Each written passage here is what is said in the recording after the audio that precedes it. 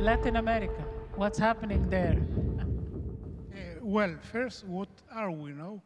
Latin America has 7% of the world GDP, is home to 670 million people, 33 nations, 20 million square kilometers.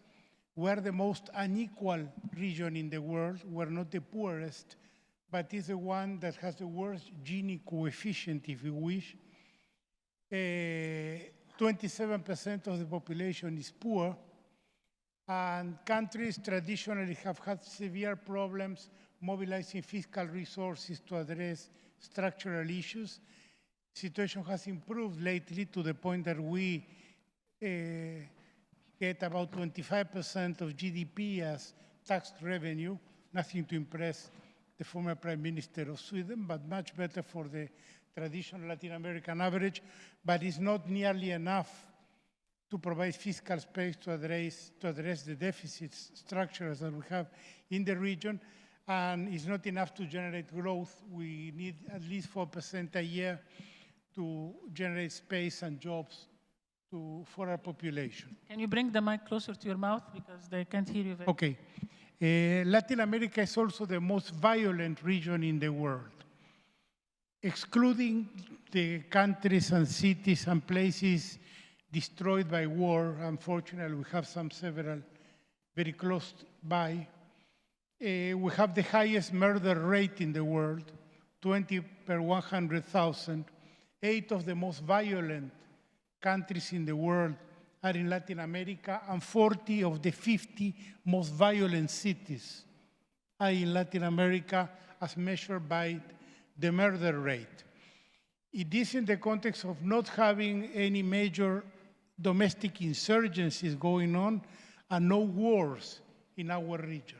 Fortunately, we have basically neutralized all the border conflicts we have except one that is very complicated between Venezuela and Guyana. So without wars and without political insurgencies, we're still the most violent region in the world. We have a lot of organized crime, unfortunately, that generates an estimated to between 30 and $40 billion per year of income that is a very destabilizing force in our region. You can say, how is this global situation affecting, starting with this reality? First, we don't have a single Latin America to respond to this. Although we proclaim our solidarity and we have several structures, we don't act together. We have the Mercosur, which is a common market of the 4 countries of the Southern Cone with associate members, and has been unable to progress much further.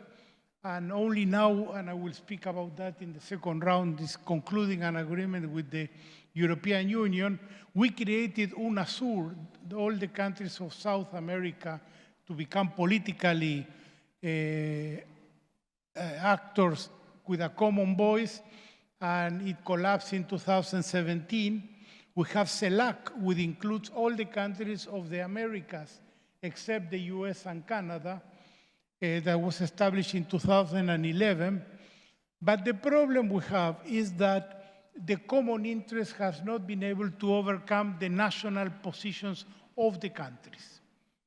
So if we have a wave of left-wing governments or center-left governments as we had 10, 15 years ago, we put together institutions that align with that vision. But then we have a reflux, and we have governments of a different political sign, and the collective structures collapse. So we have not been able to generate what I would call a common policy as a region, even on issues that are of direct interest to us. I will finish this first part with a short presentation of the relation of the region with the US, and then we'll go to how the crisis is affecting us together. In 1823, President Monroe said that basically the US did not want Europe to intervene in the hemisphere. very arrogantly, because the US was not that powerful at the time, it said that America should be for the Americans. In 1904, with the US much more powerful by then, after defeating Spain in a war in 1898 and taking Puerto Rico and basically adopting Cuba as a protectorate, launched the Roosevelt Corollary, in which he said basically we can intervene if our interests are affected.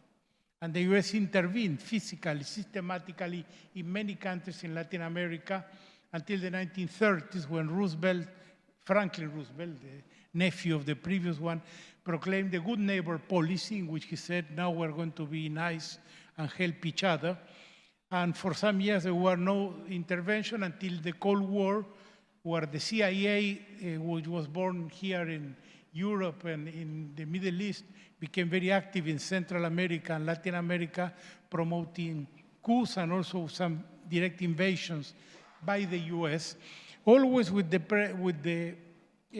premise that they don't want the participation of the Soviet bloc in the region. So we have a very complicated relationship with the US. On a way, it is seen by the people of our regions as a model in many ways, but at the same time, it's seen as patronizing and imperialistic. The US calls Latin America the backyard. Now some of them want to be more poetic, and they say, no, Latin America is the front garden. I have to say I detest these geographical, botanical descriptions of our region, but it's still a very paternalistic relation.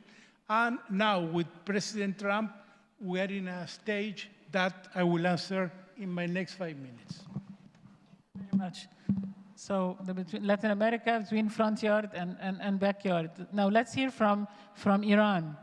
Given that you are, enjoying the fruits of the present system with all the sanctions on you and everything that's happening there, how do you read the situation? Say it, please.